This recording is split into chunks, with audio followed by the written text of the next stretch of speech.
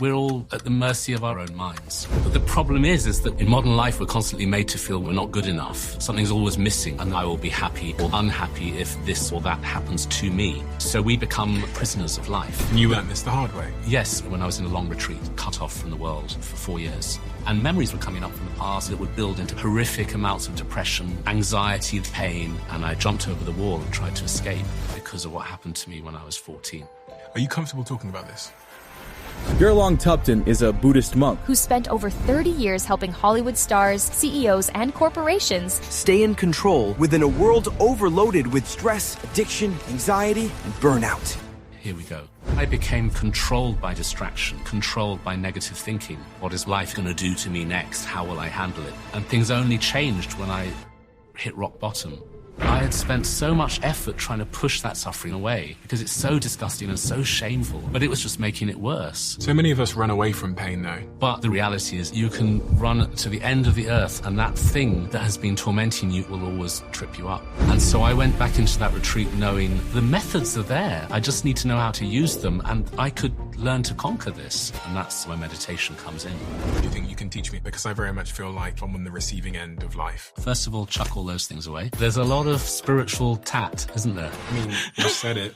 I actually hated meditation when I first did it because there's a lot of misconceptions, and actually all you're doing is these three things to be less controlled by negative thinking. And the beauty of this is that they can show in brain scans. There'll be visible changes in your brain. So let's try this. Quick one before we get back to this episode. Just give me 30 seconds of your time. Two things I wanted to say. The first thing is a huge thank you for listening and tuning into the show week after week. It means the world to all of us, and this really is a dream that we absolutely never had and couldn't have imagined getting to this place. But secondly, it's a dream where we feel like we're only just getting started. And if you enjoy what we do here, please join the 24% of people that listen to this podcast regularly and follow us on this app. Here's a promise I'm going to make to you. I'm going to do everything in my power to make this show as good as I can now and into the future. We're going to deliver the guests that you want me to speak to, and we're going to continue to keep doing all of the things you love about this show. Thank you. Thank you so much. Back to the episode. Gelong Thubten, why is your work more important now than ever before? Why is your message more important now than ever before?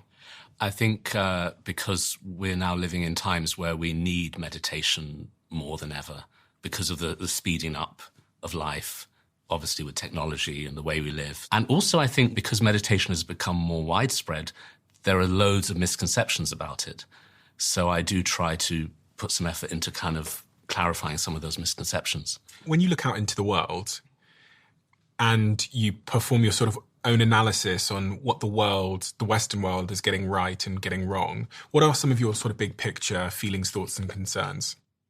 Well, the way we are all buried in our phones is quite something, isn't it? And the way we interact with information has changed so much. So we are kind of bombarded or invaded by constant flow of information, which has a lot of persuasive undercurrents to it. And this is affecting our stress levels and also affecting our confidence levels. We're constantly made to feel something's missing. Something's always missing. We're not good enough. If you get this, you'll be okay. If and when this happens to you, then and only then can you be happy. So we've kind of lost our power. We talked a little bit about the word purpose as well. What is your perspective on the state of human purposefulness? So I think this issue around purpose, I think it is connected to the breakdown of religion, in that I would say, well, I think we'd all say that religion used to be very much the centre of the table, and it sort of gave everybody a sense of their place in the universe. And the question of purpose was never such an issue because everything was in context according to one's religious belief. And of course, now we're in a post-religious culture and it's much more about the individual. And there are good things about that, of course. But what happens then is we become very obsessed with our purpose, and the word purpose itself suggests I want something. What do I want? And in Buddhism, we look at that wanting mind and see how insatiable it is, and how the more you want, the more you're going to want. And so from a Buddhist perspective, we're all looking for purpose, but maybe externally, because we get what we want and then want something else. And maybe what we're actually looking for is something deeper within, but we don't know how to access it. So is it wrong then to be in search of purpose? Is it a misguided pursuit? No, I wouldn't say that, but I would say what's misguided for us is that we are obsessed with the idea that happiness comes from the outside. And on the other side of the coin, suffering too. So I will be happy if I get this or get that or this situation or that situation, and I will be unhappy if this or that happens to me. So we become at the sort of receiving end of life. What life is going to do to me next, how will I handle it? So there's not much strength there, and I think the message of meditation is that you become your own purpose and you become the generator of your own experiences because you learn how to take hold of your own mind. In this conversation, do you think you can teach me how to do that? Because I very much feel like in my life I'm on the receiving end of life. Well, I'd love to show you how, or maybe help you to see that meditation is easier than you thought, or more applicable to daily situations than you thought. When we think about the state of well-being in the Western world, everybody knows these stats around suicidality. If we look at the US, for example, they've slipped further in the unhappiness rankings than ever before.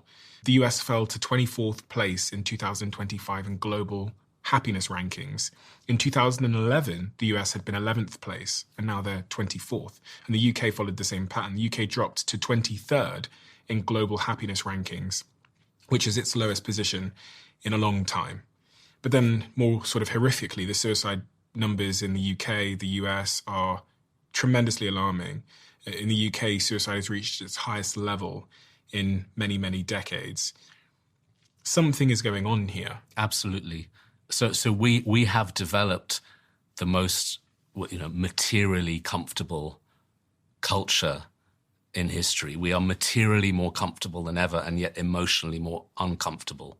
So something hasn't added up. We've created a comfortable, to a certain extent, outer world for ourselves, and we can achieve high levels of material comfort.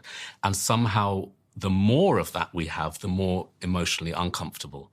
And I think this is all to do with the mechanisms of desire.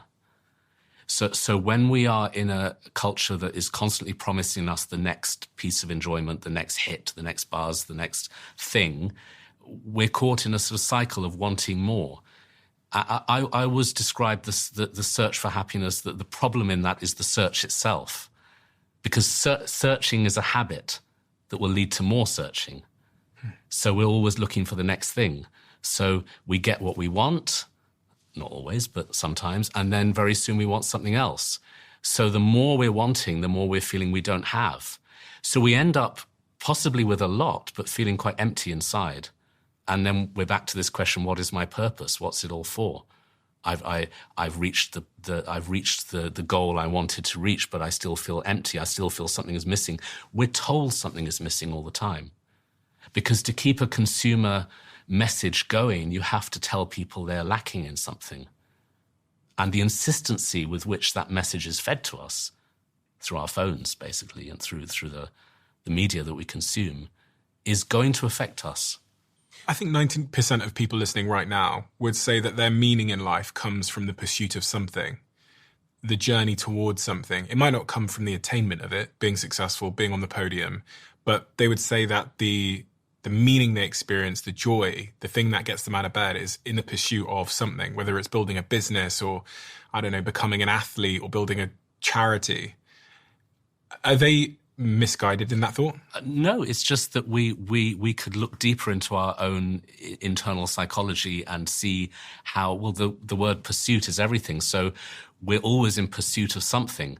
And the chemistry of our body in the state of pursuit is that chemical dopamine. The interesting thing about dopamine is it falls away just before you get what you want. So the chase is much more exciting than the having or the getting. And so we're locked into this constant chase. And what is the next thing? When will I get the next thing? And I think the reason why we feel so sort of empty or disappointed is because what we get is never enough. And meditation comes into this conversation to show us that actually what we were looking for was already there inside. That's the key point. What were we looking for? We were looking for freedom. If you think about how it feels when you get what you want, you know, there's the chasing, the wanting, and then there's the getting. There's a kind of relief, isn't there? It's a feeling of, oh, the wanting's gone away. It's like hunger. You feel hungry, you eat a sandwich, the hunger's gone away. I mean, that's a metaphor for everything, in that when you get what you want, there's this relief, the wanting, the needy feeling that, oh, when will I get it, has gone, and there's a relief. So actually what we're momentarily, and then it kicks in again. We're looking for the next thing. But what we're looking for is the absence of wanting. That's the happiness we achieve when we get what we want, is a kind of freedom from wanting. So the problem is that we're caught in a cycle where we then just want something else. So I'm not suggesting let's all go and sit on a mountaintop and meditate and not have lives and not have careers. Not at all. I'm simply suggesting that we've put our focus very strongly on material things. And I think there needs to be also a focus on the mind. And I think that's how we can learn to free ourselves. You learnt this the hard way, through your own experiences. Can you talk to me about how you learnt these lessons? Well, I definitely became a monk through extreme suffering. I wouldn't describe myself as having been a kind of, a spiritual seeker, and I went to a monastery with a kind of open, glowing heart, wanting to find the answers. I went to a monastery in a completely broken state because I had been living in this kind of ambition cycle, wanting, and really not looking after myself. I had a very self-loathing and unhappy mind, a lot of depression, a lot of anxiety, and I went to that monastery feeling completely at rock bottom. And I didn't go to a monastery to live there forever. I just kind of dipped my toe in, but, I stayed. If I was a fly on the wall in your life on that day when you showed up at that monastery, what would I have seen? So I was very ill. And I arrived at the monastery really needing help. So I was living in London and New York. I was trying to become an actor. My mother's an actor, so I sort of wanted to follow in her footsteps. And I got into a really kind of dangerous kind of party lifestyle, really wild and burning the candle at both ends. I basically made myself ill. I had a very, very dramatic burnout, living in Brooklyn and waking up one morning in my apartment thinking I was having a heart attack. I didn't have medical insurance, but I managed to find some kind of like cheap ECG place, and they checked my heart out and they said, you have a heart condition. What have you been doing? And, I really had to stop in my tracks, and I was very, very ill after that for a few months. What age was this? 21. Wow. And during that time of being horrendously ill, I had to question everything I was doing with my life. But that illness is a symptom. It's a symptom of unhealthy living, but also an unhealthy relationship with my own mind. And where did that unhealthy relationship with your own mind stem from? So I think things that happened in my early life, traumatic things, difficult things, and then me not knowing how to deal with those and just bottling them up and pushing through, pushing forward, and not looking at myself. I had this very sort of escapist way about myself. I think that's what all the partying was about, to kind of get out of my head. And so when I had that burnout, I think it was a combination of physical stress and mental stress that just exploded very, very suddenly, literally overnight. Did you have an abusive childhood? Because I was reading some of the things that you had said, and it suggested to me that there was things that happened when you were young that left imprints on you that you had to work through. Yeah. I would say things happened in my teens that were troubling. When I was quite like 13, 14, I started to run with a much older crowd. So I had a kind of double life. I was at school and very studious and very quiet. And then outside school, I was in a rock band with much older people. When I was 14, I started to actually work as a jazz pianist in wine bars across London, pretending I was 21. And the people I was running with at that time were much, much older than me. And there were some situations where the relationships turned, I would say, abusive. And I would say I was a victim of, at the time, maybe I thought I knew what I was doing, but looking back, definitely not. And I think that left imprints, and I think it made me frightened of myself and frightened of other people. Are you comfortable talking about this? Yeah. Was this sexual abuse?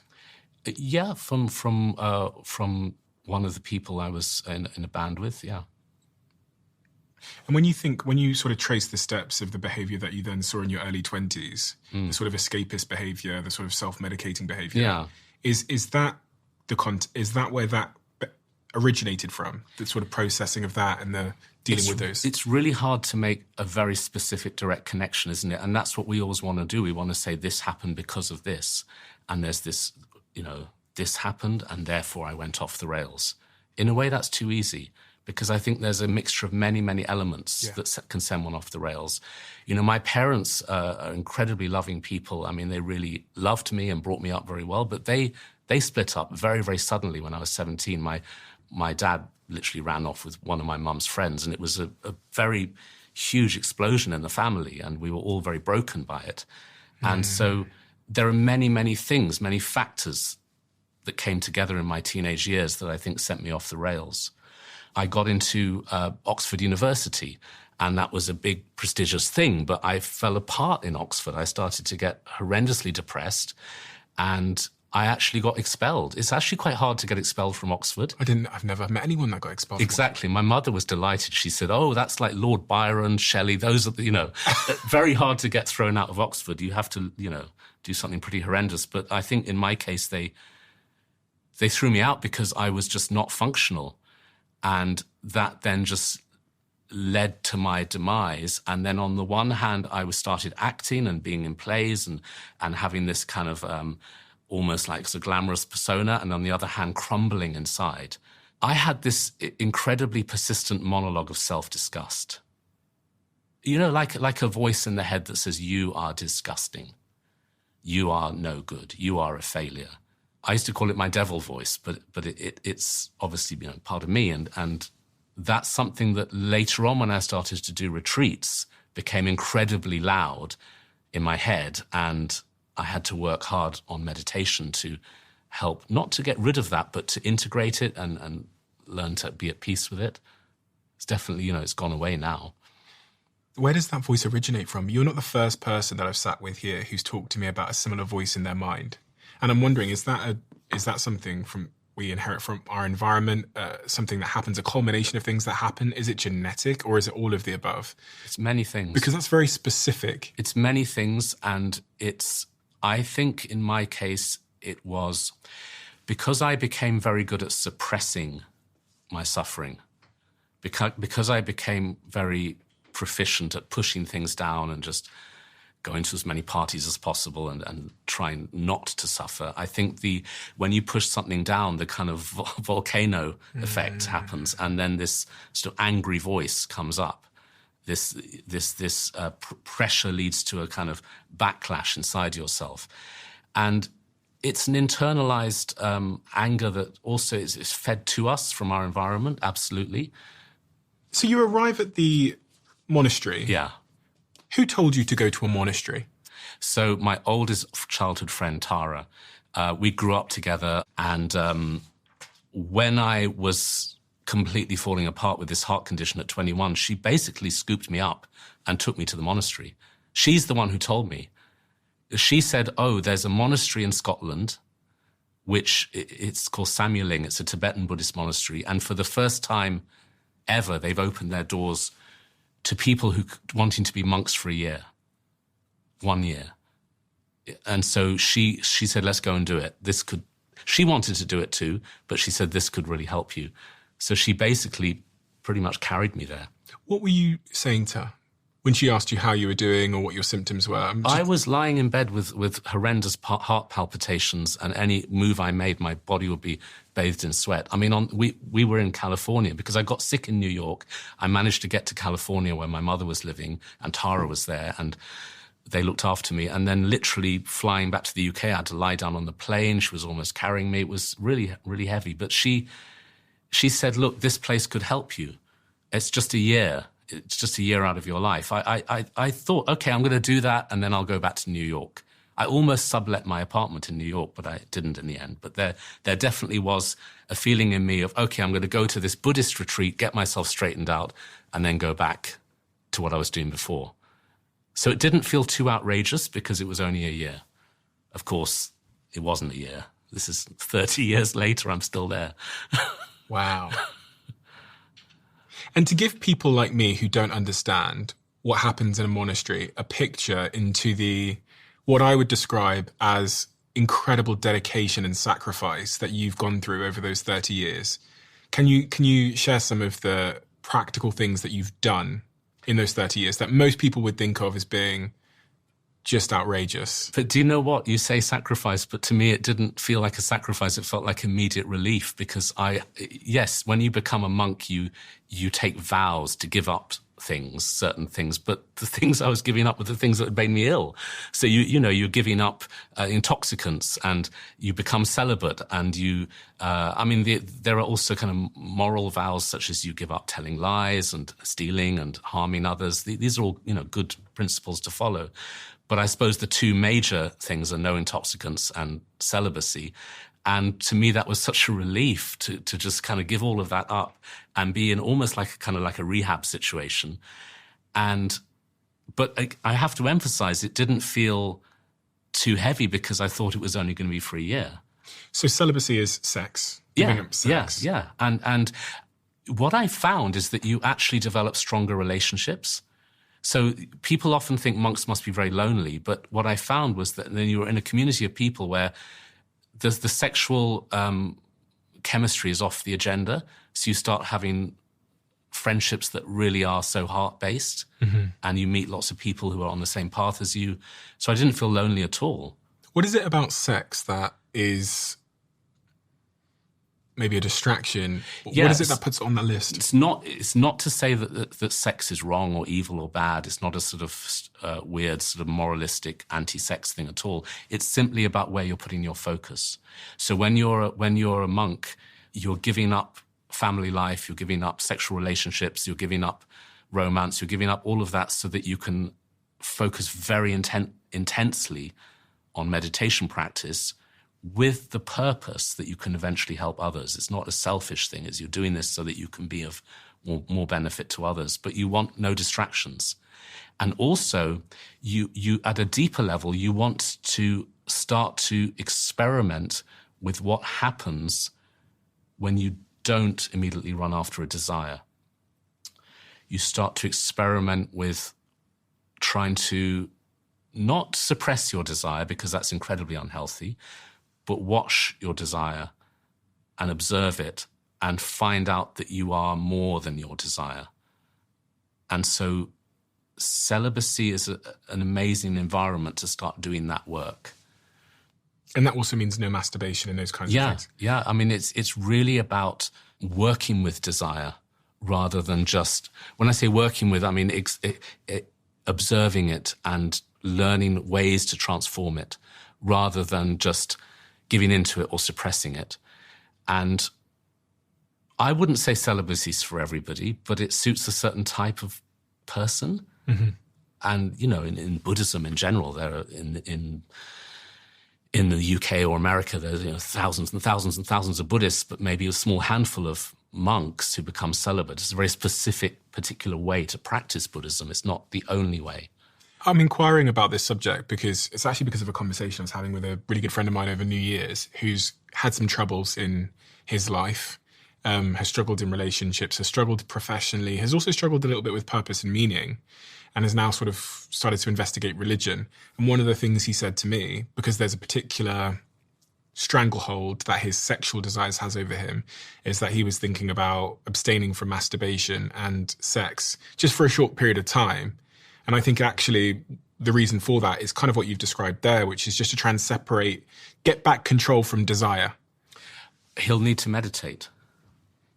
Because just abstaining from the thing you want to, the thing you're desperate to do, and you're abstaining, almost like locking yourself in a cage and saying, I won't do that thing, then what are you replacing it with? Or so for example, when I work in, I often teach meditation in drug rehab centers. I talk a lot about how, okay, yes, you've had to give up the drug that was making you ill, but that's not the whole story. The rest of the story is, what are you going to do about the mind that is addicted to that substance?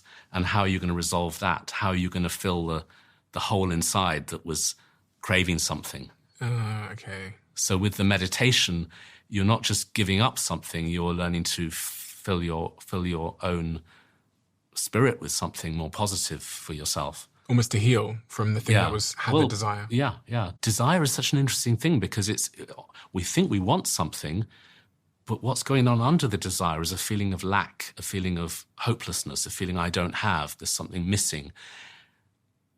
And so meditation is about filling that with light and with love. The deepest addiction we all have is the addiction to our own thoughts. That's really the root of it all, is that a wanting thought arises in my mind, and then I jump on it and I want to get something to kind of alleviate that. But it's that internal attachment. Buddhism talks a lot about non-attachment. And I think this is widely misunderstood. People think it means you're supposed to be, detached and have no friends and be unattached. It doesn't mean that at all. It means how we're so attached to our thoughts and our emotions, and they get into the driving seat and send our life in all kinds of directions we don't want it to go in. How do we learn to transform that inner attachment to the thought itself? And that's obviously where meditation comes in. Let's talk about Buddhism then. So I said to you before we started recording that in the last sort of 12 months or so, I've got really interested in Buddhism. I started reading some books about Buddhism, and I find it to be most aligned with, this sounds like a strange thing to say, but I'm going to say it anyway, with almost like the medication that I need.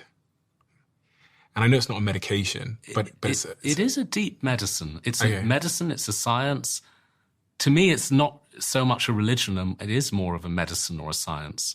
Yeah, I've struggled with the religions. I was Christian growing up, but I've struggled with like deities and gods and these kinds of things because there's like 5,000 different gods through history. So I don't really know which one's real, and there's lots of books, and I'm still on that journey. But when I found Buddhism, it wasn't framed like the other religions. I thought it was much more compelling.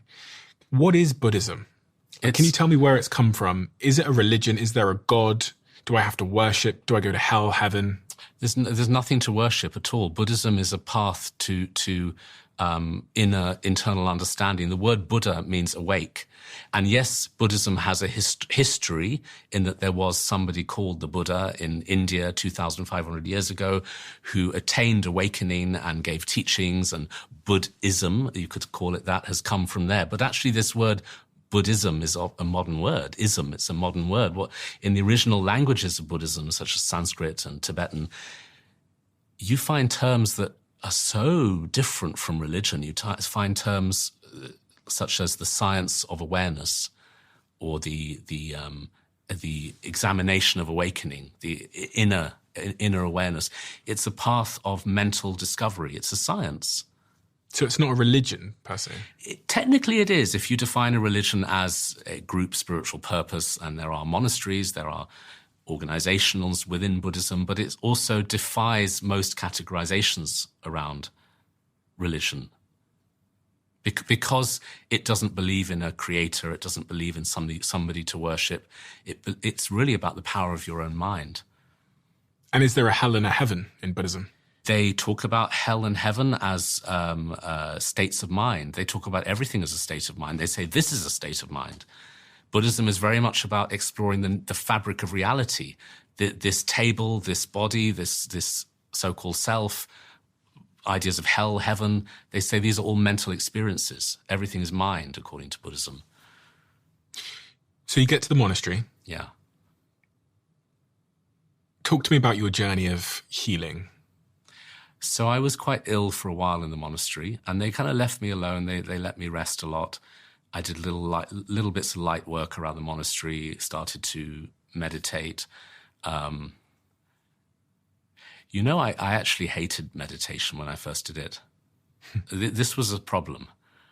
I believed in it. I grew up in a Buddhist family. There's been this kind of faith in Buddhism as I grew up, but I never actually did anything. I never meditated. Then I get to a monastery, I become a monk, and I read the small print. You've got to meditate. And I hated it.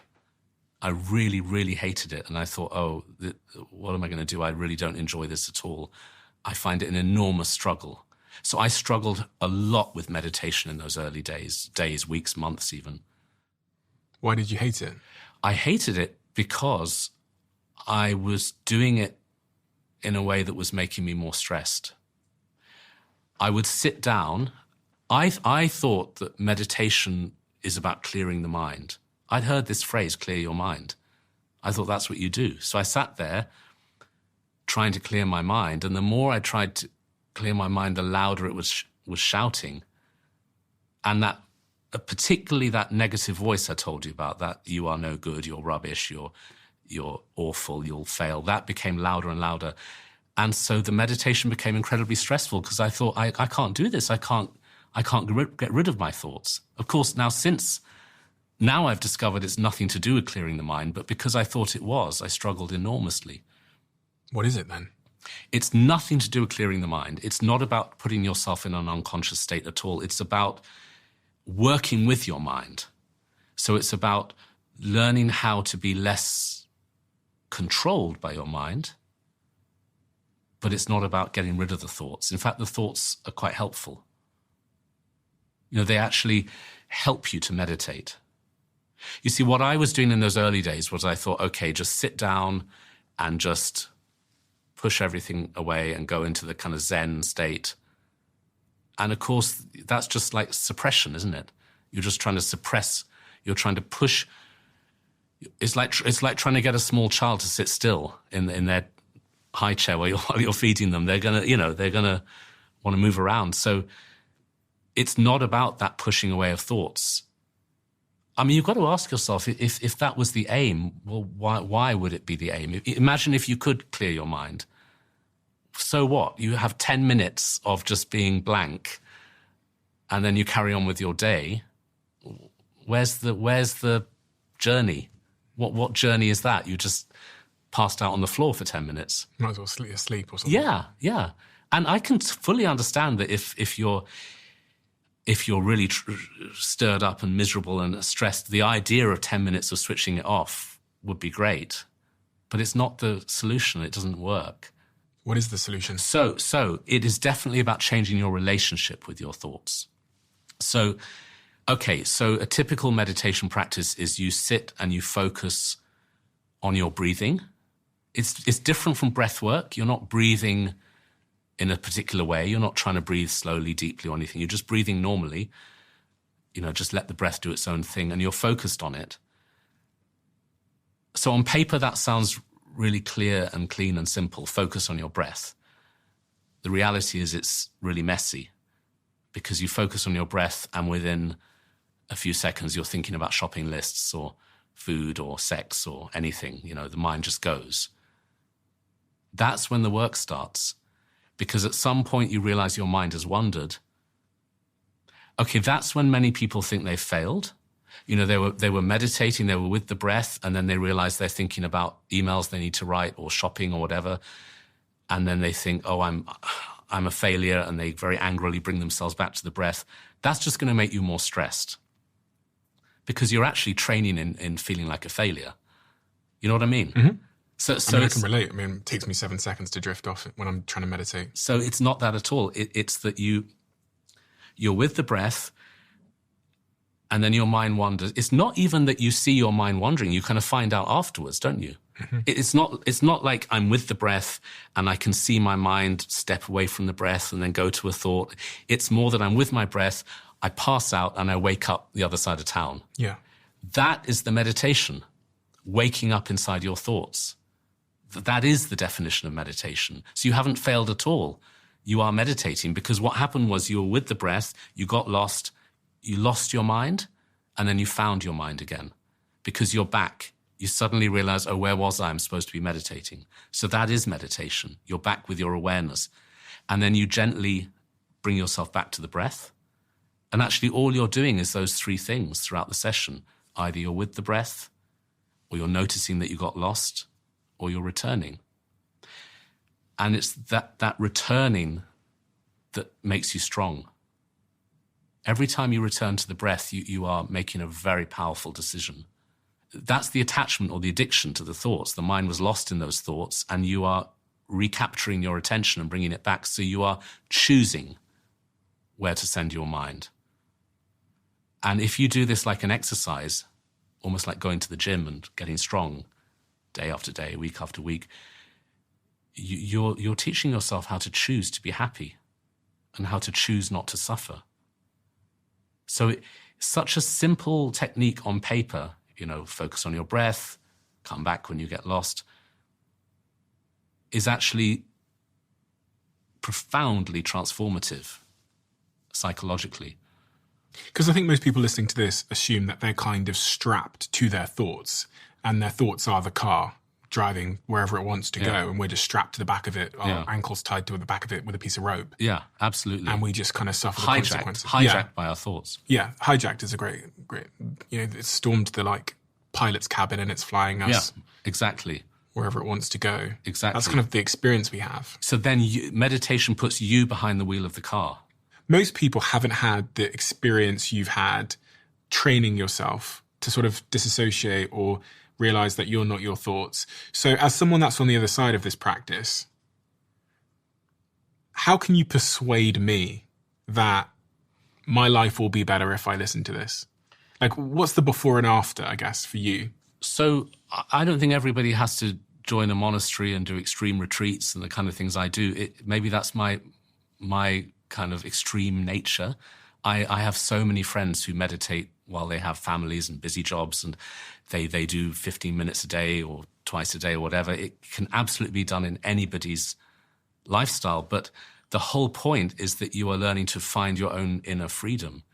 You're learning how to discover that you are bigger than the pain and suffering that seems to drive your life. Because what I described earlier with the coming back to the breath is that first stage of learning to gain a bit more power around what your mind is doing. And then what is so interesting is when you start to think about, okay, when I'm unhappy or when I'm angry or whatever, if I am observing myself being unhappy, is the observer unhappy? Is the observer angry? And if I feel angry and I know I'm angry, the part of my mind that's looking at the anger cannot be angry because it's seeing the anger. So in Buddhism, they use a metaphor to describe this, which is the sky and the clouds. The clouds can be heavy and rainy and all of that, but the sky is always bigger than the clouds. So our awareness of our minds, that's where we can find our freedom. And when we talk about seeking purpose and seeking what are we looking for in life, I think that's what we're looking for all the time in everything we do, whether it be big life goals or, drinking a cup of coffee or water, small moments. In every moment, we're looking for release or freedom. We think we're looking to feel happy, or we think we're looking for love or sex or whatever it is. But I think what we're really looking for is to free ourselves from suffering and to free ourselves from need and to be free, to be more in touch with who we really are. I think that's what we're looking for. And when you meditate and you step back and look at your mind, that observational aspect is key. To become the sky. Yeah, to become the sky rather than the clouds. And then I think it can change your life because when I first met my teacher, he was quite a straight-talking person. He wouldn't, say much, and what he said was often could sound a little bit harsh, but he said it with love. And when I first met him, I'd go on about all the stuff that was happening with me or had happened with me or to me, and he just said, "Stop taking yourself so seriously."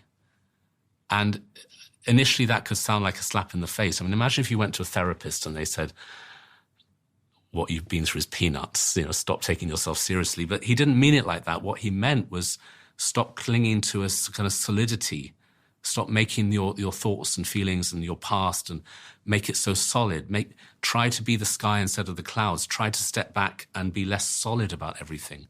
Buddhism is very much into this notion that they call emptiness, which isn't emptiness in terms of a kind of vacuous void, but more that things are illusory. Things aren't as real and solid and heavy as we think they are. And I think meditation can help us to think more in that way and find more happiness, real happiness, not the happiness that depends on I will be happy if, I will be happy when, I can only be happy because. That's a very limited happiness. But imagine if you could be happy no matter what. Is that what Buddhism helps us to do? I think Buddhism is about freedom, and I think freedom is happy no matter what. And I think more than that, I think it's also about compassion. The way I'm describing it could sound like this is all just about one's own personal development and freeing oneself and becoming happier. But the key point is we're living in a world of connection. And how can we genuinely help others? I think through freeing our minds and helping others to do the same.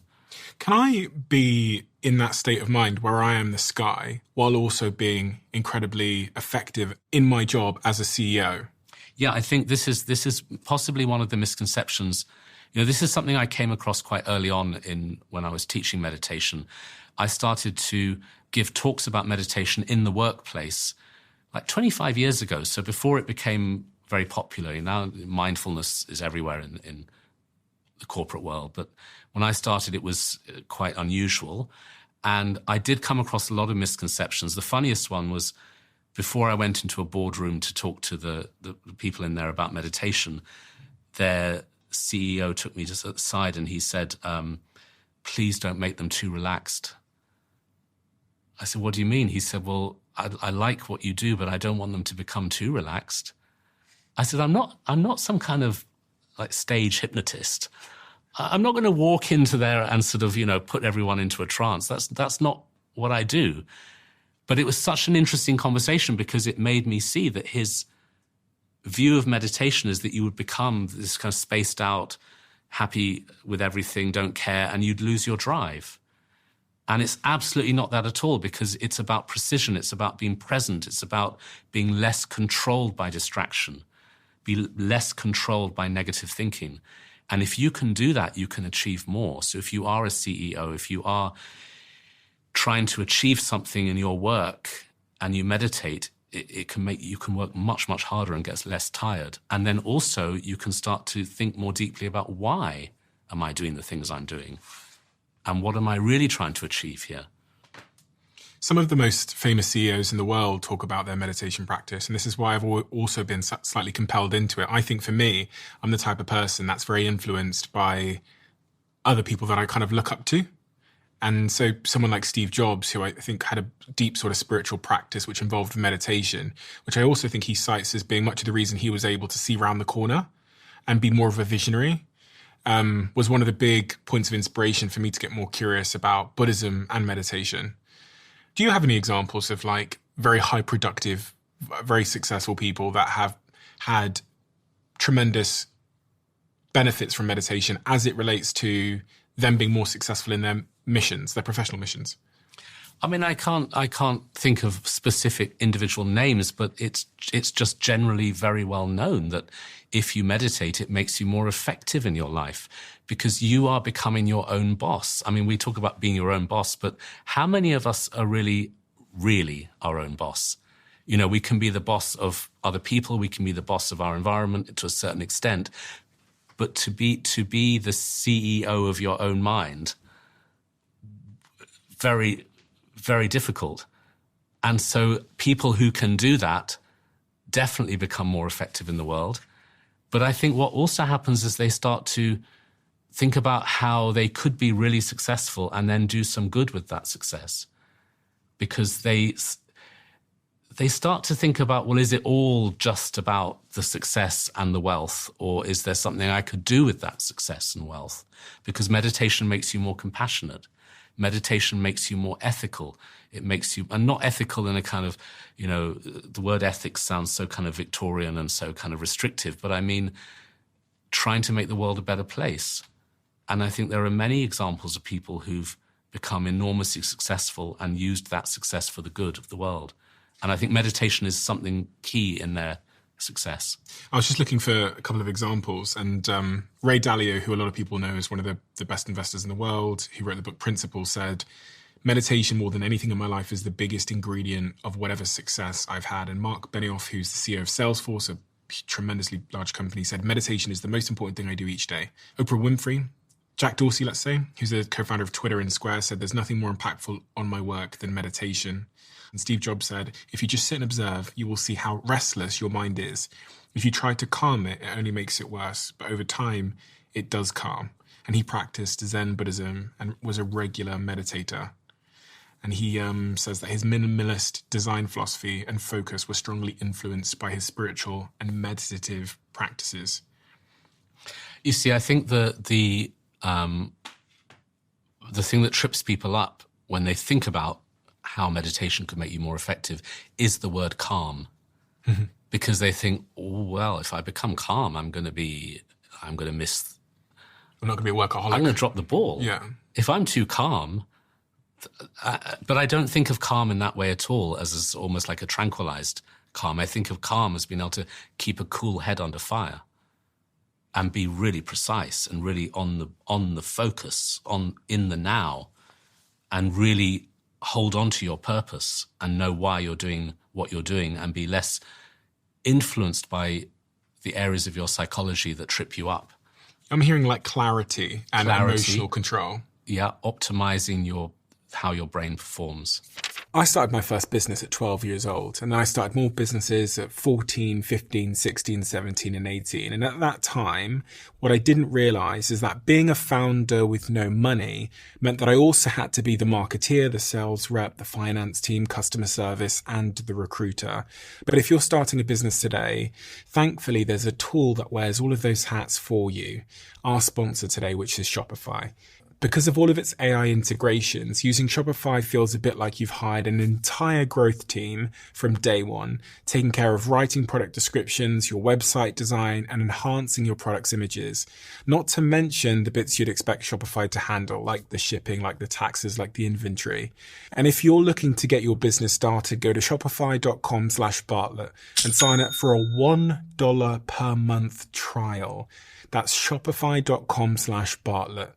This one change has transformed how my team and I move, train, and think about our bodies. When Dr. Daniel Lieberman came on the Diary of a CEO, he explained how modern shoes, with their cushioning and support, are making our feet weaker and less capable of doing what nature intended them to do. We've lost the natural strength and mobility in our feet, and this is leading to issues like back pain and knee pain. I'd already purchased a pair of Vivo barefoot shoes, so I showed them to Daniel Lieberman, and he told me that they were exactly the type of shoe that would help me restore natural foot movement and rebuild my strength. But I think it was plantar fasciitis that I had, where suddenly my feet started hurting all the time. And after that, I decided to start strengthening my own foot by using the Vivo barefoots. And research from Liverpool University has backed this up. They've shown that wearing Vivo barefoot shoes for 6 months can increase foot strength by up to 60%. Visit vivobarefoot.com/DOAC and use code DIARY20 from my sponsor for 20% off. A strong body starts with strong feet.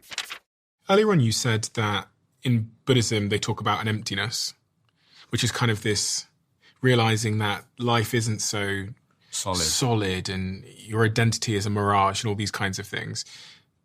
It almost sounded like that's the opposite of like victimhood. Because when we think about victimhood, it is I create an identity for myself and then I create a story around that identity, which has suffered some kind of injustice, and then I kind of live out that injustice. How does Buddhism think about victimhood and identity and trauma, I guess? So, of course, we identify incredibly strongly with our past. And we, in so many ways, are prisoners of what has happened to us in our past. And it's totally understandable, of course. But Buddhism brings in a whole fresh perspective, which is that you are not your past. I mean, even on a physical level, every cell in your body has changed and your mind has changed. You are right now in the present. The past is an illusion, as is the future. And we spend so much time in the past and future or trying to manipulate the present. Whereas with meditation, you're learning to be in the now and not be, it doesn't mean you don't plan or don't remember, but you're learning to cling less to the past and future. And you're learning to cling less to or hold less to the idea that things are really as solid as you think they are. I mean, it's very scientific. There's a Buddhist meditation which literally is about a table, like, here we are with this table. And they say, if you take apart this table, you'll find it doesn't exist. Because the table, as it seems right now, is a top with legs. You take the bits apart, and now where is your notion of table? You've got these bits of wood or metal or whatever it is, and you start kind of dissecting that further and further and further. This is where Buddhism and particle physics become, talking a lot. There's a lot of conversation there, in that the smaller and smaller you go into these wood shavings and then particles, and can you find the smallest part that makes up all of reality? And Buddhists would say no, because if it's a part, it has parts. There is no such thing as the partless particle, because if it's a particle, it can be further subdivided. So we can't find the smallest base that makes up all of matter. What we're experiencing is more like a dream or an illusion, and the reality we live in. Of course, it feels very solid. If I throw this cup at somebody, it's going to hit their head and hurt them. There's no point saying, well, it's all empty, don't worry about it. But the idea behind this philosophy of understanding things not to be as solid as they are is that we can learn to suffer less, because we spend so much of our energy constantly reacting to things as if they're really solid and really real and there's nothing that can be done about them, whether that be people or objects in the world around us or our mind itself. And if we can de-solidify some of that, we could become more free. We all carry so many burdens in this regard. It could be grief, it could be heartbreak, it could be a colleague at work that doesn't dislike us, a comment in our Instagram page of something someone said about us. How does one go about alleviating ourselves from this kind of burden? Yeah. So for me, it's very much about dropping the story and looking at the feeling. Okay. Explain that to me. So for me, this became a very important practice for me when I was in a long retreat. So I went into a very long retreat for 4 years. I became a monk for a year, and I stayed a bit longer. It was after about 4 years that I decided to do this for life, and I took lifelong vows.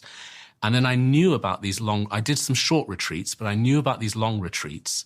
But it wasn't until 12 years later that the opportunity came up to go into a long retreat, 4 years long, where you are really just cut off from the world for that length of time. Nobody goes in or out, and you are meditating many, many hours a day. And it was the most frightening experience of my life, because I was in there alone with my own thoughts and emotions. It's not a completely solitary retreat. There are other monks there all doing their own meditation in their rooms. So there is a kind of group, but you are very much alone as well. And for me, the whole thing was, for the first 2 years, was just horrific amounts of depression, misery, pain, anguish, anxiety that would build into panic attacks. I was really, really shocked by what happened to me in there. Because I think I thought I'd been a monk for 12 years and I'd already started to, give a few talks about meditation, and maybe I thought I was quite sorted, but I wasn't. And I got in there and really fell apart. But it was an amazing thing that happened to me, because that falling apart forced me, after a while, to learn how to engage with what I'm talking about, which is looking at the suffering and working with that with meditation. Looking at the suffering. So for me, during those first 2 years of the retreat, I was completely obsessed with the story, because I was experiencing these horrendous feelings of heartbreak and feelings of depression, anxiety, just kind of a whole mass of suffering inside myself. And I was trying to almost do therapy on myself and think, okay, thinking that memories were coming up from the past and thinking about things that had happened in my past. And is this why I'm suffering now? And how do I resolve that? And the more I went down that road, the worse it got. And I found myself really disconnected from Buddhism. And it was a really frightening experience because I'm there in a 4-year retreat. I'm a monk, and I was feeling completely alienated from the whole thing. I kind of wanted to just get away from it. I wanted to run away. And things only changed when I hit rock bottom, like hugely, in that I actually I climbed over the wall of the retreat to run away. I couldn't take it anymore. At one morning, I had the most immense panic attack I've ever had. And I just saw red and just ran. I legged it out of the retreat, which is unthinkable. In a 4-year retreat, you're not supposed to leave. But I jumped over the wall and tried to escape. I say tried to escape as if I was in some kind of, prison or cult. It's not like that. People do leave retreats. But for me, it was this kind of dramatic, get out of there and run away. And I remember freaking out and running down this road in the rain. This was on a very, remote area of a Scottish island. And then just stopping and thinking, what are you doing? What has happened to you? And I just stopped and then went back. And I asked the leaders of the retreat if I could be let back in. And they said, well, no, you've left. But I really begged them because I had such clarity in that moment. I wanted to go back in. And they said, okay. The abbot of my monastery said, okay, stay in a little caravan on the edge of the retreat boundary for a week, for 7 days, and think about what you're doing. And then we'll see if he will let you back in. And during that time, I thought really deeply, and I really knew I wanted to go back in, because there was at that moment a thought of, shall I give up being a monk? Shall I give up the whole thing? I can't do this. It's made me so miserable. But I really knew in that moment what my purpose was. I knew I wanted to go back in and carry on. But I also knew I'd been tormenting myself with my past, and that I hadn't worked out how to heal myself. I'd been sinking so badly, and if I was to go back in there, I would have to try a completely new approach. Why did you choose to go back in? Because I really strongly believed that it was what I want to do with my life. And a part of me thought, don't give something up when you're freaking out, because you will regret it. If you're going to give this thing up, give it up from a place of clarity, knowing that there's something better for you out there. Don't give up because you're having a panic attack and you can't take it. That's the wrong kind of timing to make a life change. Because I really do believe in what I'm doing. This is the life I've chosen for myself, and I want to do it. But it got so difficult, I couldn't take it anymore. Why did you want to do it? If something is painful and causing you anxiety because I felt that this pain I'm going through, the methods are there. I just need to know how to use them, and I could learn to conquer this. This pain could be the breakthrough. Most people in their lives, when they think about the things that give them anxiety or pain or fear, we live as sort of discomfort avoiding humans, so we try and run to comfort or pleasure. Exactly. So life is hard, let's run from it. Exactly. Let's get on a plane, fly to another country, and try and just set up a new life somewhere else. It doesn't work. Because you go to your new life, and the thing that has been haunting you like a shadow goes with you. You can't run from yourself. You can run to the end of the earth, and that thing that has been tormenting you is part of you. And until you learn to integrate that, it will always trip you up. And so I went back into that retreat knowing, okay, this is your last chance. If you mess this up again, that's it. Forget it. So it was a real make or break situation. And I went back in, and I everything changed, because I found I had to find a different way of dealing with that suffering. What was that? Okay, so I'm back in there, and it's coming up again. The depression, the anxiety, the pain. That to me, it felt like it felt like something like that was piercing me. It felt like there was like a knife constantly twisting and turning in my heart, or like in the middle of me. It was really painful. And what I'd been doing up until that point was just trying to get that knife out. And also thinking, why is it there? Is it because of what happened to me when I was 14? Is it what happened to me when I was 17? Is it this? Is it that? Is it my family? What is it? That's the story. I say story, I'm not belittling people's stories. I'm just saying it's the narrative, isn't it? So I decided to use the knife as the meditation, to actually meditate on it. And the whole thing starts to change when you do that. Because until that point you've been trying to get rid of your suffering or get rid of your pain. But if you turn your pain into your meditation, you're moving towards it.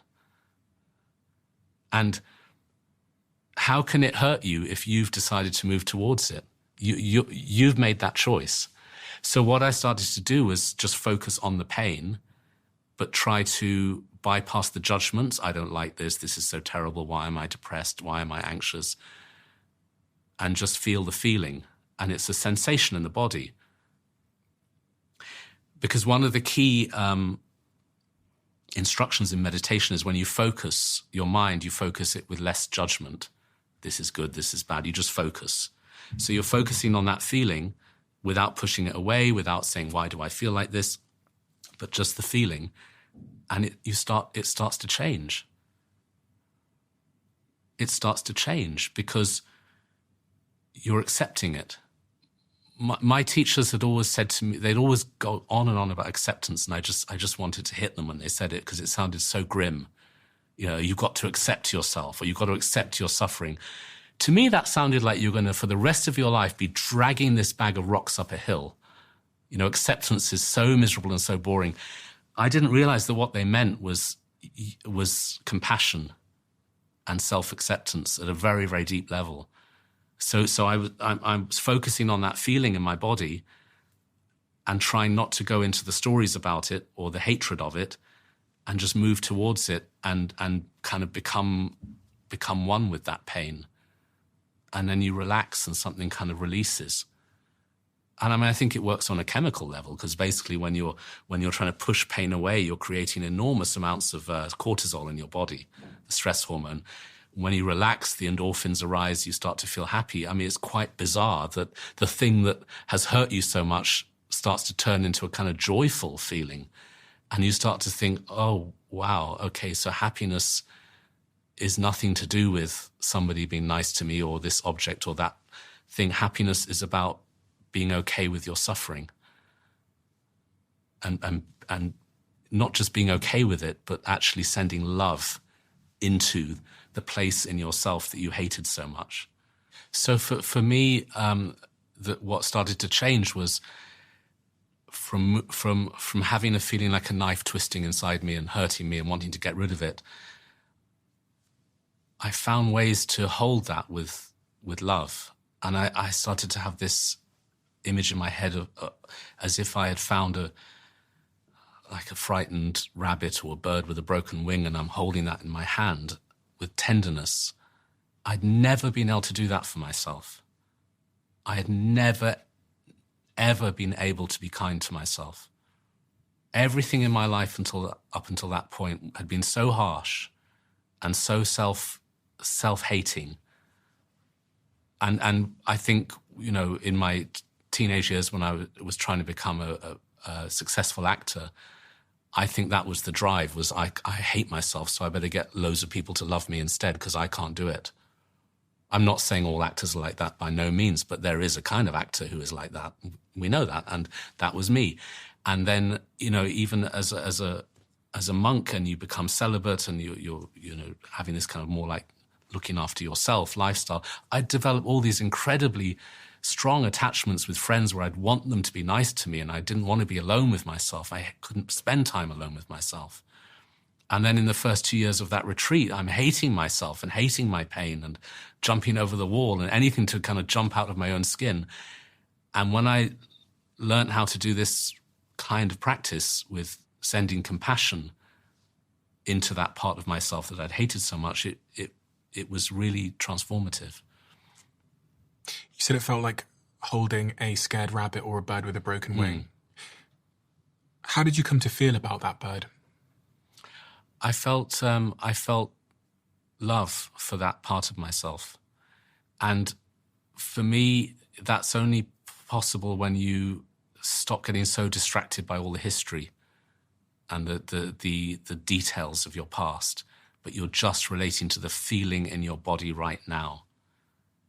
And I don't know if it's like this for everybody, but for me, feeling it in the body is a really easy way to start because, yeah, it's depression, it's anxiety, it's trauma, whatever it is.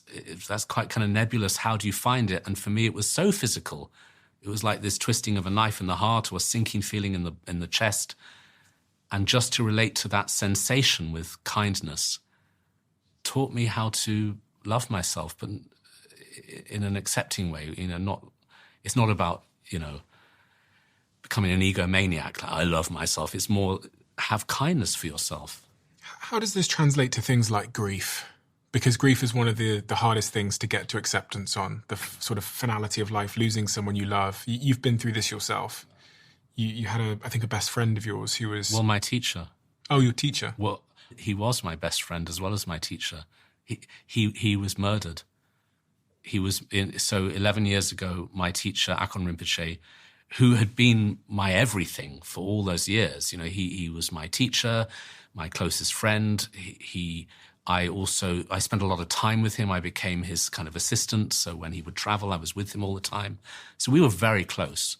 He was Tibetan and he was in charge of our monastery in Scotland. And part of his work was he would run a charity called Rokpa, which has, that's him. He would go to Tibet every year and look after projects there, feeding orphans, looking after schools, hospitals, etc. He was on his way to Tibet one year and he was in Chengdu in China and he was basically ambushed and stabbed, killed. And I mean, this completely rocked the Buddhist world. It's like, horrendous news. But on a personal level for me, I was one of the first people who found out. I'd been on the phone to him every day until then. I was his assistant and working very closely with him. So it completely like blew me apart. I mean, it blew me to pieces. I cannot describe how badly it blew me to pieces. But the meditation I've described to you saw me through. Because at some point during that grieving process, I remembered what to do. At first I didn't, because when you're really in it, you can't think. But then, so there was the whole aftermath. He was killed and it was in all the press. And then as his assistant, I was the one dealing with the media. And in a way that staying busy when you're grieving, it kind of helps you to, stay focused. But then nighttime was when it started to hurt. Because at night I would just be tossing and turning and feeling like I was on fire. Because I had a mixture of grief, anger, despair. There was a whole mixture of things. We knew the killer. The person who murdered him had been a monk, a Tibetan. He had been a monk in our monastery. We knew him. He actually had the same name as me. And we knew him quite well. So there was all of that mixed in with what on earth happened to this person, that he did this thing. And so all of that is consuming me at night, and I'm just tossing and turning, feeling like I'm in flames. And then at some point it kicked in. The meditation, it just happened because I'd done it in retreat. It had seen me through. It had really, really helped me. And at some point, I just had to lie there and send love into the flames in me. I had to send that kindness into the place I was in despair. I'm not saying that I then just became all right. No, but it absolutely calmed things. Absolutely. And it is all about love. It really is. You are sending love into the pain you are experiencing. And this helped me through the grief. It helped me also with forgiveness, with the guy we knew who did it. It helped me on so many levels. And I'm not saying that it's all okay, but I've made peace with his death. And I mean, he taught me this practice. He taught me how to do that. And then he died and I had to do it. That I think of it as his last gift to me. And I will be forever grateful. When you talk about sending love into the flames, what is the actual practice there? Is it certain sentences you're saying? No, thinking? Yeah, I'm glad you asked this because it is so much about going beyond the words and going into an experience of oneness. So to make it really practical, you're feeling incredible trauma in your body. Finding it physically is the easiest way to do it. Like your body's in flames, or you've got like a feeling of a knife twisting in your heart, whatever it is, there's this feeling in the body. And first of all, you just focus on that feeling. So anybody who meditates knows how to focus on their breathing. It's the same thing. It's just where you're focusing.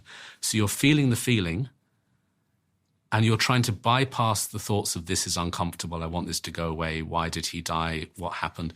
You're just feeling the feeling. And then you pay attention to that feeling in a loving way.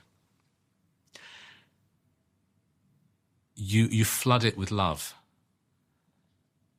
And the reason this is possible, I mean, this is touching upon a major belief in Buddhist philosophy, which is that our minds are naturally compassionate. We are not these fight or flight killing machines that some people like to think the human being is. Our natural state is to be kind. It is who we are naturally deep down. So when you clear away all the words and the ideas and you just sit with the feeling and you send love into that feeling with your mind, you're just loving that feeling, holding it with compassion, as if you were with a friend who was grieving. If you were sitting with a friend who was freaking out or grieving or whatever, you're not going to slap them around the face and say, snap out of it. You will hold their hand. And we all know how to do that. The question is, can you do it for yourself? And for me, that was a huge challenge because I hated myself so much for so many years. I was my worst enemy. So to hold my own hand internally in that sense, that's what I mean by sending love into the feeling. And what happens then is the feeling starts to change. It starts to melt. The sharpness, the sharp edges of it start to melt. And you start to be okay with being not okay. And it's almost as if a kind of happiness starts to arise, but it's not like it's a kind of happiness you haven't tasted before. It's a happiness of, I can be okay with this. It makes you immensely strong. You talked about forgiveness. Did you forgive the man that murdered your friend and teacher? Yes. Quite quickly. In a way, it was made easier because it became really clear that he was psychotic. And of course, that's no excuse or condoning or anything like that, but somebody who is really unable to control themselves. I mean, how can you hate them or whatever? But that's an extreme case, but the practice of forgiveness is a hard one, isn't it? Because we've all got people in our lives that we think might have wronged us or done something to us which has caused us pain. Constantly. And almost the way that we create our own perception of justice is by holding the grudge. Yeah, now why do we do that? That's the question, is do we think that if we let go of the grudge, we have let the other person get away with it? That's how it kind of feels, right? Wouldn't you say that by holding the grudge, they've got away with it? Because you're the one suffering. They've really won. They're winning in each moment. Because you're holding on to their... In Buddhism, there's a teaching that says it's like holding onto a piece of hot metal or holding a hot coal in your hand, and it's just burning you. So if I'm holding the grudge, they have absolutely got away with it because they are the thing they did, which was one thing maybe, I am now constantly hurting, and they're absolutely the winner. So I wonder if we assume, I think we do assume that forgiveness is a kind of giving up, even the word forgive, the give in the word. So it sounds like we're taking a weaker position, we're giving up, we're sort of surrendering. But I think forgiveness is a strength or a power. And it's actually nothing to do with the other person. You're not going to necessarily write them a letter and say, I've forgiven you, but you're freeing yourself. You're dropping your burden. Because that rage is toxic and that hurt is toxic. It's so hard to let go of it. And people can say let go and you just want to slap them in the face because, what? Okay, is that easy? I'm just going to let go. It's not that easy. It's bloody hard. But meditation gives you the tools. Partly because meditation anyway is helping to loosen up that kind of glue that we have in our minds where we're glued into those feelings. Even just a simple meditation like coming back to the breath is helping you to be less glued into those thoughts and reactions and feelings. So the feeling of rage can start to be less heavy for you. You've been through several sort of traumatic incidents. You talked about being 14, being 17, sexual abuse, parental divorce, a little bit of neglect, it sounds like, as well. Have you forgiven all of those people in your life? I don't know. I don't know if forgiveness is a big, huge, massive moment or if it's a process. I'm friends with all those people. Very close friends with all those people. And I think... Here's what I think. I think I've learned how to forgive the feelings that those incidents gave rise to. Mm-hmm. That to me is much more important than forgiving the people. Mm-hmm. And I think what's also happened to me is I've started to find that the suffering that I experience has some use, because it is the thing that you're using for your mental transformation. Mm-hmm. Rinpoche always used to say, suffering is like compost. Compost is made of rotten vegetables. People chuck it away or they know how to make the field grow. And I think it's like that. So with forgiveness, I would say, meditation, but I would say also thinking deeply about the situation. What's really helped me with my dad and with other people is to think about the suffering they were going through that kind of like propelled them to behave the way they've behaved. There's always something, isn't there, in somebody that has made them behave the way they behave. And there's a part of us that gets very indignant and thinks, how dare they? They should know better. Whereas the Buddhist answer would be, well, what do you mean they should know better? They know what they know. They are driven by their own confusion and their own pain. Why do you think they were out to get you? Why do you think they were deliberately out to maliciously get you? Weren't they just caught in their own suffering and you were there? But it's not so much about you. And I think that starts to lighten the burden a bit when you start to think about, there's a meditation I sometimes do where you swap places with the other person in your mind. You sit and you think about being them and looking at the world out of their eyes. The person that hurt you. Yeah. So many people will be thinking about that person in their life as you speak, and the challenge I guess they'll face is they'll continually come back to this idea that this person is an arsehole. Yeah. It almost... We all are, though. We are too. We all are. I am. We're all. Because we're all just confused. We're all at the mercy of our own minds.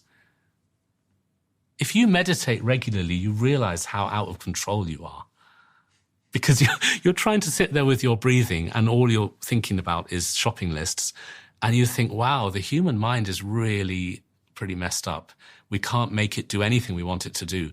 So this person that you think they're so evil and so terrible and how dare they do the thing they've done, I'm not saying that we're condoning it and saying, yeah, you can do what you want. I'm just saying lighten up a bit, because people are just doing their best. And sometimes their best is really bad. And that doesn't have to become your problem. It's not really about you. We'll obviously take things personally. If something is done to you, of course you're going to take it personally. But meditation helps you look at the 360-degree view of a situation rather than just from your perspective. And very important here that we don't get into that kind of victim-shaming reality where you think, oh, it's all about me and poor them. It's not that at all. It's simply that you think we're all messed up in various ways, and that's the human condition. Make sure you keep what I'm about to say to yourself. I'm inviting 10,000 of you to come even deeper into the Diary of a CEO. Welcome to my inner circle. This is a brand new private community that I'm launching to the world. We have so many incredible things that happen that you are never shown. We have the briefs that are on my iPad when I'm recording the conversation. We have clips we've never released. We have behind the scenes conversations with the guests, and also the episodes that we've never, ever released. And so much more. In the circle, you'll have direct access to me. You can tell us what you want this show to be, who you want us to interview, and the types of conversations you would love us to have. But remember, for now, we're only inviting the first 10,000 people that join before it closes. So if you want to join our private closed community, head to the link in the description below or go to doaccircle.com. I will speak to you there. I'm going to let you into a little bit of a secret. You're probably going to think me and my team are a little bit weird, but I can still remember to this day when Jemima from my team posted on Slack that she changed the scent in this studio, and right after she posted it, the entire office clapped in our Slack channel. And this might sound crazy, but at the Diary of a CEO, this is the type of 1% improvement we make on our show. And that is why the show is the way it is. By understanding the power of compounding 1%, you can absolutely change your outcomes in your life. It isn't about drastic transformations or quick wins. It's about the small, consistent actions that have a lasting change on your outcomes. So 2 years ago, we started the process of creating this beautiful diary, and it's truly beautiful. Inside, there's lots of pictures, lots of inspiration and motivation as well, some interactive elements. And the purpose of this diary is to help you identify, stay focused on, develop consistency with the 1% that will ultimately change your life. So if you want one for yourself or for a friend or for a colleague or for your team, then head to thediary.com right now. I'll link it below. Many of us live trapped in the life we have, or I guess maybe the word trapped isn't the right word, but held back in many ways because of fear. And I wondered what Buddhism teaches us about fear, in terms of fear of taking risks, or, going and becoming a Buddhist monk, or starting a business, or pursuing a passion, or moving to Bali. Many of us have these dreams, these callings, but we're trapped in fear. And would you also agree that the fear can be about those bigger things, but also it's a moment-to-moment subtle anxiety that just pervades everything? Yeah. It's both. To me, this became hugely obvious when I came out of that 4-year retreat, because I came out, that retreat was 2005 to 2009. When I came out of that retreat, everybody had smartphones. During those 4 years, the whole landscape of technology changed dramatically. Smartphones, social media, the whole thing happened during that time. And you hadn't been on the internet? No, we had nothing. Before my retreat, some people had Blackberries, and then that was it. And then suddenly it's all different. And I arrived in London, and everybody's walking around with their face buried in phones. And I'm going up the escalator and the tube in London, and the little billboards are moving images. Mm-hmm. That made me feel dizzy. But where I'm going with this is I'm maybe because I'd been in this unusual environment and now I'm back in normal reality, I see it with more of a shock. And I started to think, how much are we being made to feel afraid all the time? When news media becomes digitalized and monetized, and then you have to keep the person reading, we know the tricks that people have to do. We all know about clickbait. We all know about how the headline of an article has to be shocking enough to make you read the article. And then you see the ads. You don't actually find out the information until two-thirds of the way down. Yeah. We know that. Yeah. And we're all wise to that on one level. And on the other level, we're completely influenced by it. So we're now walking around in a world where we're constantly being told we are in danger. I'm not here to, I'm not anti-technology. It's great. It can do so many good things, but it's like food. You got to eat it in the right way. If you overeat, you get sick. If you're not discerning about what you eat, you're going to get ill. It's the same with technology.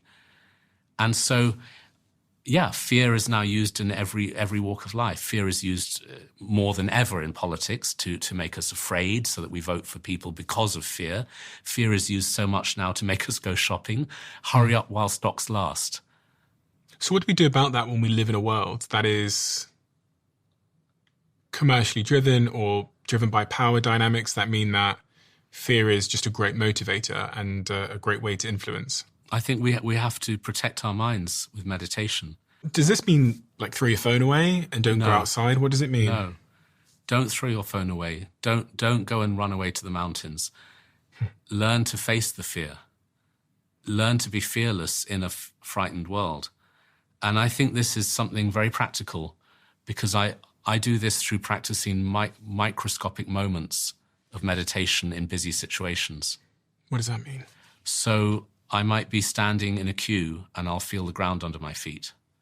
I might be in an airport queuing up, and instead of going into that impatience thing and the stressy mode or checking my phone, I'll do a moment of meditation. Something that's very important to me is to meditate every day, sitting down and doing it kind of formally, but also these micro moments throughout the day, tiny moments where you just become aware of yourself, become aware of the ground under your feet, become aware of your shoulders, drop your shoulders, be aware of them, become aware of your breathing. And I find that if you do this in queues and traffic jams, it changes your entire reality. Because what are you doing? You're rewiring your own brain. You know how whenever we're in a stuck situation, like a queue or a traffic jam, we are wired to respond with tension and impatience. But if you do a micro moment of mindfulness, you are changing the wiring. You're teaching yourself that you can meet stress in a calm way. You can be okay with being stuck in the traffic. So what that does is it then makes you more fearless because you're almost like looking forward to the next traffic jam. Whereas most of us are just reacting to situations. Instead of reacting, you're thinking, bring it on. There is a gap, isn't there, between what happens and how we react? That's the crucial gap, the gap between impulse and action. Because so much is reaction. So much, I think we spend so much of our lives just reacting. In that I feel hungry, so I eat. Somebody says hello, I say hello. But even on a moment-to-moment basis, how much are we consciously living and how much are we just reacting? And so when we can find that gap between the impulse and the action and make a different choice, I think it's almost like in every moment we're standing at a fork in the road. In every moment. One road is the road of reaction and the other road is the road of response. Meditation helps you pause and see you could make a choice.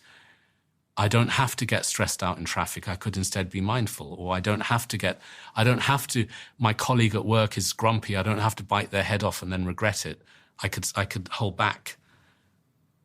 So you say meditation is the solution to many of the things we've talked about today, including the response versus reaction, fork in the road. Yeah. So if you were making a plan for me from this day onwards on how to implement meditation in my life, what would that plan look like? First of all, chuck all those things away. Okay, all of this stuff on the desk. It's paraphernalia. Okay, so on the desk I have like a sound healing bowl, some incense, some rings, some little, I don't even know what these are. Yeah. So we're going to chuck all the paraphernalia away. In the bin. Okay, we're going to bin all of it. Okay. Let me... You don't need any equipment. There's a lot of spiritual tat, isn't there? I mean, you said it. It's about you and your mind. It's not about having little symbols and incense, and you don't need it. And, okay, what is the plan? The plan is to start with 10 minutes a day. Okay, 10 minutes a day. When? Ideally morning. Okay. Simply because you're starting your day right, and your cortisol level is highest in the morning. When you wake up, there's a spike of cortisol. Bring it down with meditation. So I get up, I check my emails, check my WhatsApp, then meditate. I'm joking. If you want. No, tell me the optimal way. You're going to be my Get up teacher. straight away and meditate. Okay, get up straight away and meditate. Because you're starting your day right. And 10 minutes is enough to start with. And the beauty of this is that, they can show in brain scans that 10 minutes a day, after 4 days, there'll be visible changes in your brain. So knowing that keeps you going because you think, okay, this literally is like weight training. I'm going to get muscle. And what do I do? So I sit down somewhere. Yeah, you sit down and you're going to focus on your breathing. But what I find really crucial is that you are not just launching yourself into it. You are introducing a bit of compassion into the process. And this is what elevates the meditation from being just a kind of brain gym into being something that takes you to a much more kind of like spiritual realm of it. And it connects in with what we were talking about earlier about learning to be more compassionate to yourself and others. So you start with that intention. So you start by just settling and sitting. Some people sit cross-legged on the floor, but it's also okay on a chair. But on the chair, there should be some sense of posture. So you're sitting up straight. And you would start with setting the intention. And I don't mean an intention such as, oh, today I want this or want that. It's the bigger intention. Why am I meditating? I am meditating for not only myself, but for all living beings. I'm doing this for me and the world. And I'm not trying to fool myself by thinking if I do my meditation, somehow wars will end or whatever. No, it's more that if I do this, this will help me become more effective in the world and spread more love and compassion. So that's the reason. So you're setting that intention with your thinking for a few moments, and then you're going to start to be aware of yourself. So, okay, so let's just try this. So take a moment to set the intention of compassion, making the intention that you're doing the practice for yourself and others.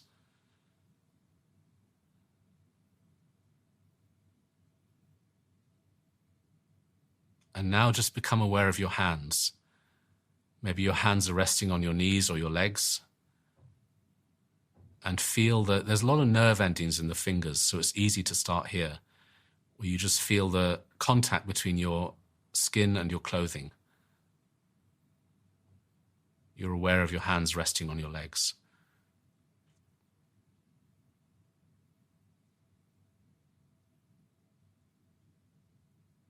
Bring the focus up to your shoulders. Most of us have tense shoulders because we're on our phone or behind a desk. So as you're aware of your shoulders, the tension can just drop away.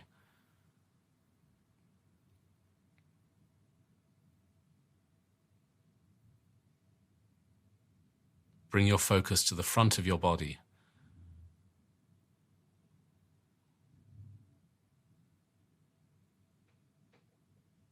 Start to notice your breathing. The trick here is not to try to breathe or go into deep breathing, but just let your breath be natural.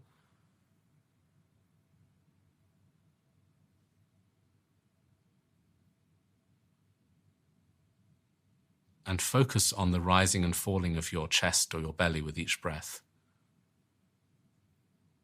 And when you realize your mind has wandered, gently come back to the breath. Now you can make the focus more precise by feeling the air in your nose or your mouth. If you can breathe through your nose, then do that. Otherwise the mouth. And you're sensing the air as it comes in and out of your nostrils or your lips. You can feel the air brushing against the skin at the edge of your nose or your mouth.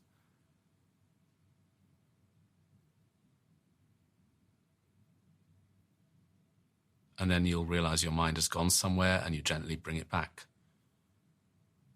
Okay, and to end the session, we'll just do a short one for now. Take another moment to think about compassion.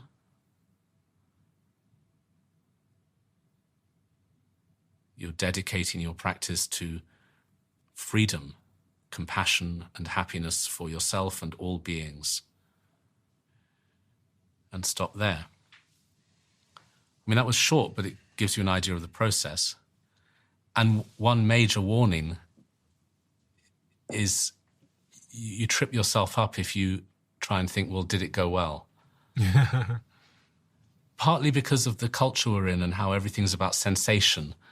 I think we only think something's working if it makes us feel something. And meditation's very different. You know, when I first started meditating, I described how I really hated it and found it, you know, really stressful. One thing I remember that happened to me was I started to do quite a lot of it because I thought, okay, I'm going to get into this thing and do it and become like a pro. And I was doing loads of it and finding it was making me feel more unhappy. And I was feeling this kind of sense of like sinking feeling in my chest. And I thought, you know, I'd struggled with depression anyway. I thought it's making me more depressed. And I went to Rinpoche, my teacher, and I said, I'm doing loads of it. It's making me depressed. He said, it's nothing to do with the meditation. It's how you are. He said, you're a junkie. You're using your meditation like a drug. I said, what do you mean? He said, well, I think you're sitting there waiting for it to kind of like come on. You're waiting for it to give you a high. And it's so true because I realized I'd been sitting there like getting addicted to it and thinking, okay, I'm going to do my meditation. Right, I've done 5 minutes. Where's the bliss? When am I going to feel good? And what he was trying to tell me is that if I'm trying to make myself feel good, I'm already coming from a place of lack. You know what I mean? I'm already saying to myself, I don't feel good. So I'm actually promoting a sense of lack. So how do we perceive the meditation then if it's not something? Just give up judgment. Just do it. Just do it. Just do it. And it's not going well, going badly. I like it, I don't like it. You just do it and try to let go of quality control. I really need to start doing it. My partner, she's so great. She does it every morning for like 20, 30 minutes. So why don't you sit next to her? She said this to me. What stops you? What stops me?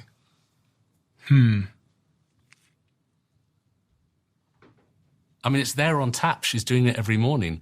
What's stopping you sitting next to her? I think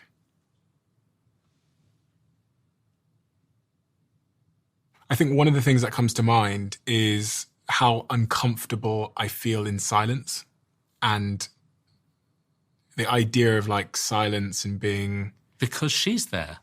Would you be better on your own then? No, it's just like silence with my own thoughts. Yeah. I spend a lot of time trying to kind of distract myself. Don't we all? That's welcome to the modern world. I'm pretty extreme. Are you? Yeah, I'm pretty extreme. So like if I go into the shower, Yeah. I have to have something playing, something talking, a podcast. It could be the news, it could be YouTube. That- No matter where I am, I always, even when I go to sleep, I have to be listening to something. So I've like almost wired my brain in the opposite way where there's always something. Yeah, I went through a phase where I couldn't eat unless I was also watching something. I do that. I can't that have dinner multitasking unless thing. there's something playing. But that's why meditation's perfect for you. Yeah, I know. Tell me about Because it. Yeah. this is giving you a way to find a different way to experience yourself. Yeah. I mean, you know, I'm sure you exercise. Yeah. So you go to the gym. Yeah. And that's challenging. Yeah. And you're pushing your muscles, and there's a kind of like there's an effort required. Do you know what it is? Same thing. With the gym, I know that if I go, my muscles are going to grow, I'm going to be stronger, I'm going to be healthier, happier, all those things. And because I've never done meditation, I don't actually have evidence of the upside. Just have a brain scan after 4 days and you'll see. That's why I asked you the question about you before and you after. Yeah. What is the difference? And if whoever's listening to this right now, can you give them a before and after picture of how their life will be practically different if they implement just 10 minutes a day meditating? Okay, so I find it really inspiring to know that there are visible changes in the brain scan after 4 days. You don't necessarily feel those changes, but knowing that gives you faith and confidence. Just like you know if you eat healthy food, your body will improve, your health will improve. So knowing that is a good thing. In terms of seeing the results, everybody's different. You can't draw a graph. You can't say if you do X amount of days, you will reach this level of calm or focus. But what happens is as you start to meditate after a few days or weeks, you just start to feel you can handle stuff better. So for me, my main practice is very much connected to what I was talking about before with trying to sit with discomfort and stop pushing it away. And that's a total revolution in my life. I was always on the run. Always. I think we failed to realise that actually our entire human experience is just in our minds. Does that make sense, what I'm trying to say there? Because I'm there asking you about, like, what's the upside of this, whatever. But it's falling into the trap of not realising that everything I will experience today is actually formed in my own mind. That's the whole reason for meditation, is to know that everything is dependent on your mind. The good and the bad. Everything. So instead of being so obsessed with the details of what's going on, go to the source. Yeah. Go to the source, the projector rather than the movie. Go to the source and change that and transform that and work on that. So how has your projector changed in the last 30 years? I'm definitely a happier person. I'm definitely more at peace with myself. That negative voice doesn't come up. You know, that self-hatred has really kind of like, what's the word? Kind of like, gone away. And I'm happier. And I feel so lucky to have tools that I know I can use when I'm suffering. You know, for the last few years, I've suffered with quite a lot of ill health because I had really, really severe COVID right at the start of the pandemic, and it did something to my heart and my lungs. And since then, I've had, you could call it long COVID, you could call it heart-lung damage, whatever. So I live with kind of levels of illness that are hard to deal with. But this practice is something I can do. I can sit there with an ill body and send love into that body and feel kind of okay. So it's made me stronger, and I can function better than before. But you know, the other thing is I don't really care. I don't really care whether it's working or not, because I trust it, and I'm just going to keep going, and I'm in for the long game. I'm just going to keep going. You signed a lifelong vow? I did. I have taken vows to be a monk for my life. Why? When I put the robes on, I felt every cell in my body click. I mean, it sounds a bit weird, but it just felt like that. I felt all my cells fall into place. I just felt really, this is really right for me. I think it's what I'd been looking for all along. It is a way of working with my mind. I'm not really interested in religion. I'm not really interested in faith, but I'm really interested in the mind. And being a monk has given me this opportunity to work on my mind, but also an opportunity to be of some use in the world, like some help to others. So, okay, let me challenge this a little bit in terms of how I imagine someone listening might respond. They go, okay, so you went through this process, you worked on your mind, now you've worked on your mind. No, working. It's not over. Okay. Total work in progress. And this is part of the misconception, is someone will listen and say, well, you've worked on your mind now, so go live now. No, it's an ongoing process. I'm still a mess. But I'm okay with being a mess. That is a huge difference, is that I still get stressed, I still get upset, but I'm really gentle with myself in a way that I never knew how to be. I was always, you're so disgusting, what's wrong with you? You should be ashamed of yourself. That's gone. Now I'm okay with myself, and that is happiness. That really has made me happier. So for me, it's not about, oh, you've done it and now it's ongoing. What is the most important thing we didn't talk about that we should have talked about as it relates to the suffering that my viewers are probably experiencing in their own life? You know, what's missing always is we can talk about this stuff, but are we going to do it? And what's really missing for so many people is they will listen to this episode, or they will read a book about meditation or see a video, and it all sounds great, but then we get busy and forget to do it. What's missing for everybody is the doing it. How do we jump from being interested in something to actually doing it? I mean, there's a joke, which is the definition of a Buddhist is somebody who's either meditating or feeling bad that they're not meditating. And that is it, isn't it? It's a bit like exercise. We know we should be doing it.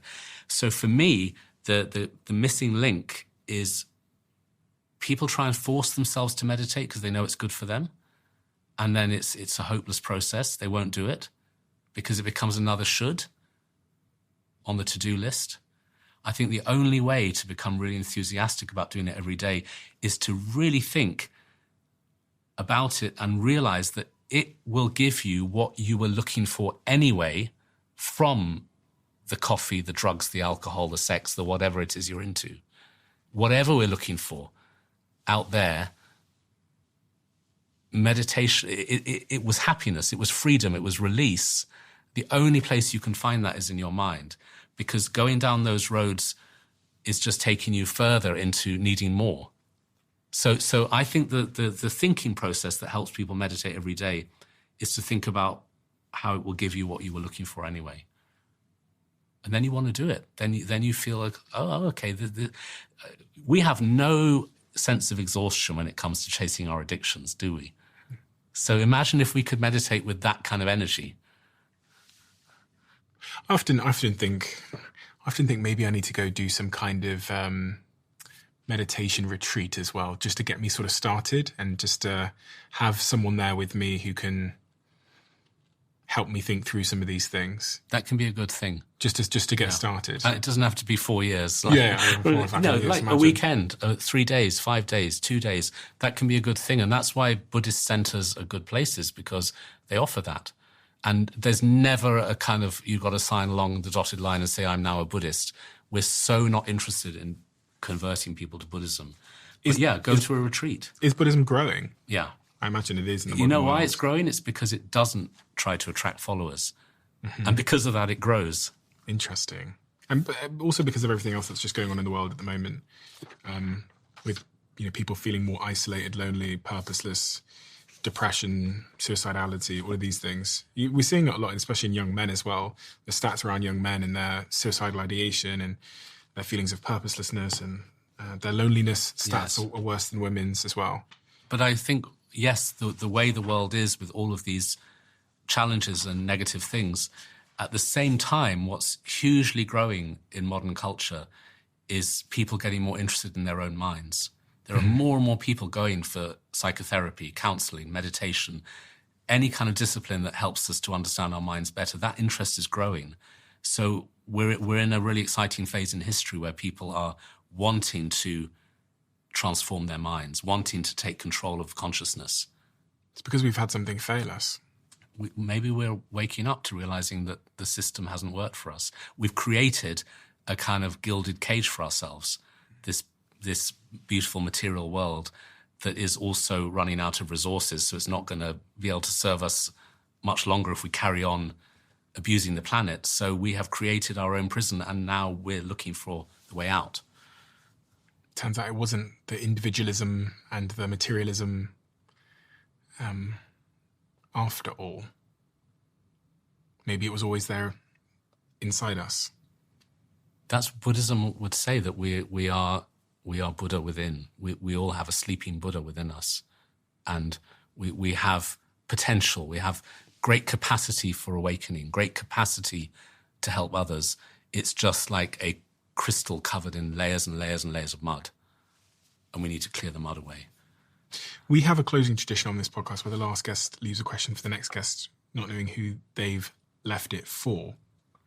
And the question that has been left for you: what are the ways that you express your love and appreciation for the people who matter to you in your personal or professional life? I don't do this very well all the time, but I try to be there for them when they're going through a hard time. Mm-hmm. Because I used to find it really scary, and I'd run away and I'd close down. I try to, in the same way as I try to move towards my own discomfort, I try to be there with other people when they're uncomfortable and not judge. I try that. I'm sure I fail a lot, but I try. A friend of mine described that as sitting in the mud with them. Yeah.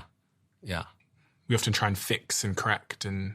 Yeah, I see myself trying to do that, give advice or whatever. It's not about that. It's about being with the person, being with them without judging them. Thank you so much for what you do. You've got these incredible books, which I'm going to recommend everybody check out, both Sunday Times bestsellers, I believe. And A Monk's Guide to Happiness, Meditation in the 21st Century. And this book is called Handbook for Hard Times, A Monk's Guide to Fearless Living. I think that your message is more important now than it's ever been, because much of the reason why I've probably stumbled across Buddhism is for the same reasons that many people are, which is it feels intuitively like the answers we've been given in the way of life that we're all living is failing us in some way. And we know that, we can feel it inside ourselves, but the answers that we see as antidotes to that feeling aren't much better all the time.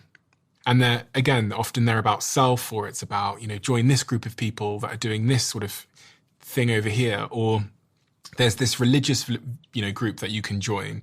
But actually Buddhism offers us an alternative approach, which is to go inside ourselves and to alleviate ourselves from the suffering that we've self-imposed by understanding that maybe the answers we were looking for were inside the whole time. And I'm so glad that people like you do podcasts like this, because that you're getting the message out there into the world. And it's a message that I think is so unbelievably important.